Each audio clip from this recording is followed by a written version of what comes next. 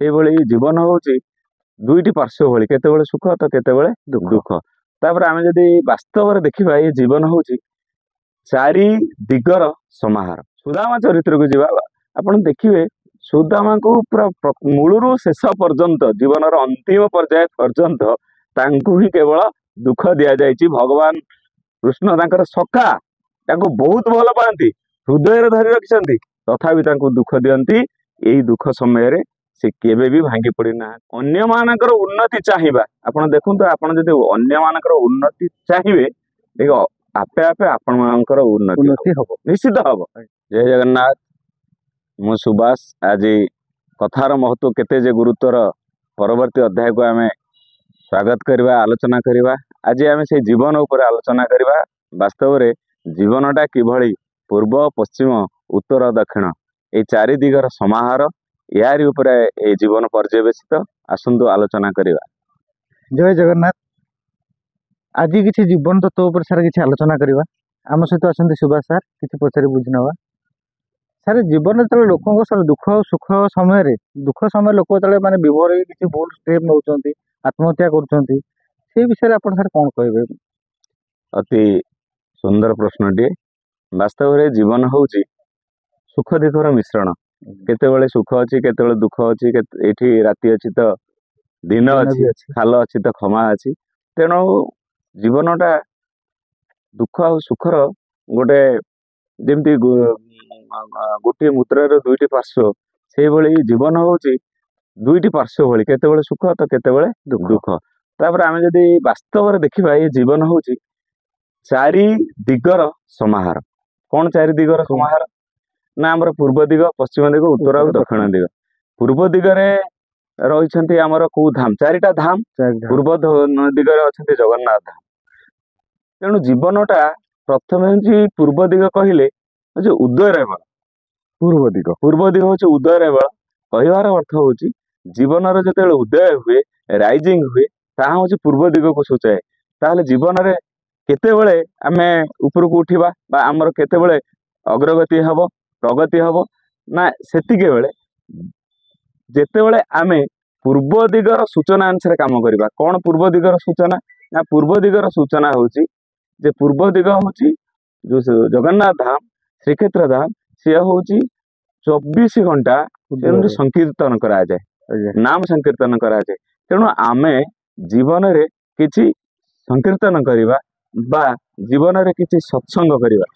ଆପଣ ଯଦି ଯିବେ ପୁରୀ, ତାହେଲେ ଆପଣ ଦେଖିବେ 24 ଘଣ୍ଟା ଯେତେବେଳେ ଆପଣ ଦେଖିବେ ପୁରୀରେ ସଂକୀର୍ତ୍ତନ ଚାଲିଥିବ ବା ସତ୍ସଙ୍ଗ ଚାଲିଥିବ। ତେଣୁ ଜୀବନରେ ଯଦି ଆମେ କିଛି ସତ୍ସଙ୍ଗ କରିବା, ସାଧୁସଙ୍ଗ କରିବା, ସାଧୁସନ୍ଥ ମାନଙ୍କ ସହିତ ମିଶିବା, ତାହେଲେ ନିଶ୍ଚିତ ଆମ ଜୀବନରେ ସୂର୍ଯ୍ୟ ଉଦୟ ହେଲା ଭଳି ଆମ ଜୀବନରେ କିଛି ଉଦୟ ହବ। ତେଣୁ ପୂର୍ବ ଦିଗ ହଁ, ପୂର୍ବ ଦିଗ ହଉଛି ଉଦୟର ଦିଗ, ଆଉ ପଶ୍ଚିମ ଦିଗ ତାର ବିପରୀତ, ଅର୍ଥ ଅସ୍ତର ଦିଗ। ଯେତେବେଳେ ସେଇଟା ହଉଛି ଜୀବନର ଗୋଟେ ଦୁଃଖ। ଯେତେବେଳେ ଜୀବନରେ ଦୁଃଖ ଆସେ, ସେତେବେଳେ ଆମେ ଭାଙ୍ଗି ପଡୁ। ଯାହା ଆପଣଙ୍କର ପ୍ରଶ୍ନ ଥିଲା ଯେ ଦୁଃଖ ସମୟରେ କାହିଁକି ମଣିଷ ଗୋଟେ ଭୁଲ ଷ୍ଟେପ ନଉଛି, ଏମିତି କି ଦୁଃଖକୁ ସହି ନ ପାରି ସେ କ'ଣ କରୁଛନ୍ତି? ଆତ୍ମହତ୍ୟା କରୁଛନ୍ତି। ବାସ୍ତବରେ ଏଇ ଆତ୍ମହତ୍ୟା ସବୁ ସମାଧାନର ସଠିକ ମାର୍ଗ ନୁହେଁ। ତାହେଲେ କ'ଣ କରିବାକୁ ପଡିବ? ନା ପଶ୍ଚିମ ଦିଗକୁ ଆମ ଅନୁକରଣ କରିବାକୁ ପଡିବ। ପଶ୍ଚିମ ଦିଗ ହଉଛି କ'ଣ? ନା ଦ୍ୱାରିକା। ପଶ୍ଚିମ ଦିଗ ହଉଛି ଧୈର୍ଯ୍ୟର ଦିଗ। ସେଠି ଆପଣ ଦେଖିବେ, ଯେତେ ଆପଣ ଗୀତା ପଢନ୍ତୁ, ମହାଭାରତ ଦେଖନ୍ତୁ, ସେଠି ଆପଣ ଦେଖିବେ କେବଳ ଧୈର୍ଯ୍ୟ ଧୈର୍ଯ୍ୟ ଧୈର୍ଯ୍ୟ। ଯେମିତିକି ସୁଦାମା ଚରିତ୍ର ଅଛନ୍ତି। ଆପଣ ମୂଳରୁ ଯଦି ଦେଖିବେ, ପ୍ରଥମେ ଭଗବାନ ଶ୍ରୀକୃଷ୍ଣ ଜନ୍ମ ହେଇଛନ୍ତି ଦେବକୀ ଆଉ ବସୁଦେବ। ସେ କେତେ କଷ୍ଟ ସହିଛନ୍ତି, ସପ୍ତମ ଗର୍ଭ ପର୍ଯ୍ୟନ୍ତ ସେମାନଙ୍କୁ କଷ୍ଟ ଦିଆଯାଇଛି, କିନ୍ତୁ ସେ ଭାଙ୍ଗି ପଡି ନାହାନ୍ତି, ଧୈର୍ଯ୍ୟ ଧରିଛନ୍ତି। ପୁଣି ଯଦି ଦେଖିବା, ଶ୍ରୀକୃଷ୍ଣ ଯେତେବେଳେ ବଡ ହେଇଛନ୍ତି, ଗୋପପୁରକୁ ଆସିଛନ୍ତି, ସେତେବେଳେ ଇନ୍ଦ୍ରଙ୍କର କୋପ ହେଇଛି, 7 ଦିନ 7 ରାତି ବର୍ଷା କରିଛନ୍ତି। ତେଣୁ ତାକୁ ମଧ୍ୟ ଧୈର୍ଯ୍ୟର ସହିତ ଗୋପବାସୀ ମାନେ ଅତିବାହିତ କରିଛନ୍ତି। ତେଣୁ ଧୈର୍ଯ୍ୟ ହଉଛି ବଡ। ତାପରେ ଆମେ ଯଦି ସୁଦାମା ଚରିତ୍ରକୁ ଯିବା, ଆପଣ ଦେଖିବେ ସୁଦାମାଙ୍କୁ ପୁରା ମୂଳରୁ ଶେଷ ପର୍ଯ୍ୟନ୍ତ, ଜୀବନର ଅନ୍ତିମ ପର୍ଯ୍ୟାୟ ପର୍ଯ୍ୟନ୍ତ ତାଙ୍କୁ ହିଁ କେବଳ ଦୁଃଖ ଦିଆଯାଇଛି। ଭଗବାନ କୃଷ୍ଣ ତାଙ୍କର ସଖା, ତାଙ୍କୁ ବହୁତ ଭଲ ପାଆନ୍ତି, ହୃଦୟରେ ଧରି ରଖିଛନ୍ତି ତଥାପି ତାଙ୍କୁ ଦୁଃଖ ଦିଅନ୍ତି। ଏଇ ଦୁଃଖ ସମୟରେ ସେ କେବେ ବି ଭାଙ୍ଗି ପଡି ନାହାନ୍ତି।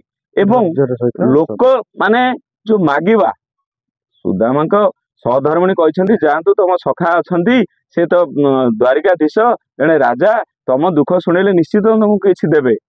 ତଥାପି ସେ ସଂକୋଚ କରୁଛନ୍ତି, କାହିଁକି? ସେ ଜାଣିଛନ୍ତି ମାଗିବା ହଉଛି ଜୀବନର ଗୋଟେ ଖରାପ ପ୍ରବୃତ୍ତି। ଆପଣ ଦେଖିବେ ଶେଷ ପର୍ଯ୍ୟନ୍ତ ସିଏ ମାଗି ନାହାନ୍ତି, କୃଷ୍ଣ ଦେଇଛନ୍ତି। କୃଷ୍ଣ ଦେଇଛନ୍ତି, ଜାଣିଛନ୍ତି। କାହିଁକି ନା କୃଷ୍ଣ ଦେଖିଲେ ନା ପ୍ରକୃତରେ ମୋର ସଖା ମୁଁ ଯୋଉ ଦୁଃଖ ଦେଇଛି ସେ ଧୈର୍ଯ୍ୟର ସହିତ ମାନେ ତାକୁ ଅପେକ୍ଷା କରିଛନ୍ତି, ଧୈର୍ଯ୍ୟର ସହିତ ଅତିବାହିତ କରିଛନ୍ତି, ଶେଷ ପର୍ଯ୍ୟନ୍ତ ବି ମାଗୁନାହାନ୍ତି। ଧୈର୍ଯ୍ୟ ହଉଛି ବଡ। ଏଇଟା ହଉଛି ଶିଖିବା କୋଉଠୁ? ନା ପଶ୍ଚିମ ଦିଗରୁ, ଯୋଉଟା ଆମେ କହୁଥିଲେ ଦ୍ୱାରିକା କଥା। ଇଏ ହଉଛି, ତେଣୁ ମଣିଷକୁ ଧୈର୍ଯ୍ୟ ଧରିବାକୁ ପଡିବ। ଆପଣ ଧୈର୍ଯ୍ୟ ଯଦି ଧରିବେ ତାହେଲେ ସବୁ ସମସ୍ୟାର ସମାଧାନ ହେଇଯିବ। ଆପଣ କାଳ ରାତି ଆସିଛି, ଧୈର୍ଯ୍ୟ ଧରନ୍ତୁ, କିଛି ସମୟ ପରେ ସକାଳ ହବ, ପୁଣି ସୂର୍ଯ୍ୟ ଉଦୟ ହେବେ। ତାପରେ ଉତ୍ତର ଦିଗ ହଉଛି ବଦ୍ରିନାଥ। ଉତ୍ତର ଦିଗରେ ଆମେ କଣ ଶିଖିବା? ନା ଉତ୍ତର ଦିଗରେ ଉତ୍ତରୋତ୍ତର ମାନେ ଅଗ୍ରଗତି ହୁଏ। ତେଣୁ ଏଠି ଆମେ ଅନ୍ୟମାନଙ୍କର ଉତ୍ତରୋତ୍ତର କାମନା କରିବା, ଏଠି ଆମେ ଅନ୍ୟମାନଙ୍କର ଉନ୍ନତି ଚାହିଁବା। ଆପଣ ଦେଖନ୍ତୁ, ଆପଣ ଯଦି ଅନ୍ୟମାନଙ୍କର ଉନ୍ନତି ଚାହିଁବେ, ଆପେ ଆପେ ଆପଣଙ୍କର ଉନ୍ନତି ହବ, ନିଶ୍ଚିତ ହବ।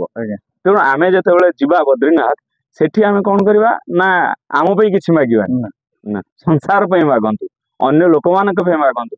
ଦେଖନ୍ତୁ କିଛି ଦିନ ପରେ ଆପଣଙ୍କ ଜୀବନରେ ଉନ୍ନତି ହେଇଥିବ। ତେଣୁ ଉତ୍ତର ଦିଗ ହଉଛି ଉତ୍ତରୋତ୍ତର କାମନା କରିବା ଅନ୍ୟମାନଙ୍କ ପାଇଁ। ଦକ୍ଷିଣ ଦିଗର ଆଉ ଗୋଟିଏ ସୂଚନା ହଉଛି, ଆମେ ଯୋଉ ଆଲୋଚନା କରୁଥିଲେ, ଦକ୍ଷିଣ ଦିଗ ହଉଛି କୋଉ ଦିଗ? ନା ତ୍ୟାଗର ଦିଗ। ଆମେ ଯଦି ମହାରାଜ ହନୁମାନଙ୍କ କଥା ଆମେ ଆଲୋଚନାକୁ ଆଣିବା, ତାହେଲେ ହନୁମାନ ମହାରାଜ ତାଙ୍କ ଜୀବନରେ ସବୁ ଯାକ କିଛି ତ୍ୟାଗ କରିଦେଇଛନ୍ତି। ତେଣୁ ଭଗବାନ ଶ୍ରୀରାମଙ୍କର ଚରଣ ଯୁଗଳରେ ସେ ନିଜକୁ ସମର୍ପି ଦେଇଛନ୍ତି। ତ୍ୟାଗର ସୀମା ନାହିଁ, ତ୍ୟାଗର ସୀମା ନାହିଁ। ହନୁମାନଙ୍କ ଠାରୁ ଭଳି ତ୍ୟାଗୀ ସଂସାରରେ କେହି ନାହିଁ। ତେଣୁ ଆମେ ତ୍ୟାଗ ଯଦି ଶିଖିବା, ହନୁମାନଙ୍କ ଠାରୁ ଶିଖିବା। ତେଣୁ ତ୍ୟାଗ ଏଇଭଳି ଭାବରେ କର। ଦେଖିବା ଯେ ଆମେ ଯଦି ତ୍ୟାଗ କରିବା, ତାହେଲେ ଭଗବାନ ଆମକୁ ବହୁତ ଉପରକୁ ନେଇଯିବେ। କାରଣ ଶ୍ରେଷ୍ଠ ସେବକ ହେଲେ କିଏ? ନା ହନୁମାନ। ତେଣୁ ତ୍ୟାଗ ଆମେ ଶିଖିବା ଦକ୍ଷିଣ ଦିଗରୁ, ତ୍ୟାଗ ହନୁମାନଙ୍କ ଠାରୁ। ପର୍ଯ୍ୟନ୍ତ ରାବଣ ତ୍ୟାଗ କରୁଥିଲେ ଏବଂ ମାନେ ଶଙ୍କର ଭଗବାନଙ୍କୁ ନିଜର ଇଷ୍ଟ କରି ସେ ସବୁ କିଛି ତ୍ୟାଗ କରିଦେଇଛନ୍ତି, ବହୁତ ଜ୍ଞାନ ପାଇଛନ୍ତି। କିନ୍ତୁ ଯେତେବେଳେ ତ୍ୟାଗ ଭିତରେ ଭୋଗ ଖୋଜିଲେ, ସେତେବେଳେ ତାଙ୍କର ପତନ ହେଲା। ଏବଂ ଆପଣ ଦେଖିବେ ଲକ୍ଷ୍ମଣ କେତେ ତ୍ୟାଗ କରିଛନ୍ତି ଭାଇଙ୍କ ପ୍ରତି। ତେଣୁ ସେ 14 ବର୍ଷ ନା ଆହାର ଖାଇଛନ୍ତି ନା ନିଦ୍ରାରେ ଶୋଇଛନ୍ତି। ତେଣୁ ଆହାର ନିଦ୍ରା ଦିଟାକ ସେ ତ୍ୟାଗ କରିଛନ୍ତି। କିଏ ସେ?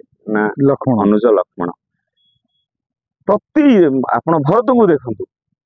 ତେଣୁ ସମସ୍ତେ ତ୍ୟାଗ କରିଛନ୍ତି। ଭରତ କଣ? ଭରତଙ୍କୁ ଦିଆଯାଇଛି ଅଯୋଧ୍ୟାର ଯୋଉ ରାଜ ସିଂହାସନ, ତାକୁ କଣ ସେ ଗ୍ରହଣ କରିନାହାନ୍ତି?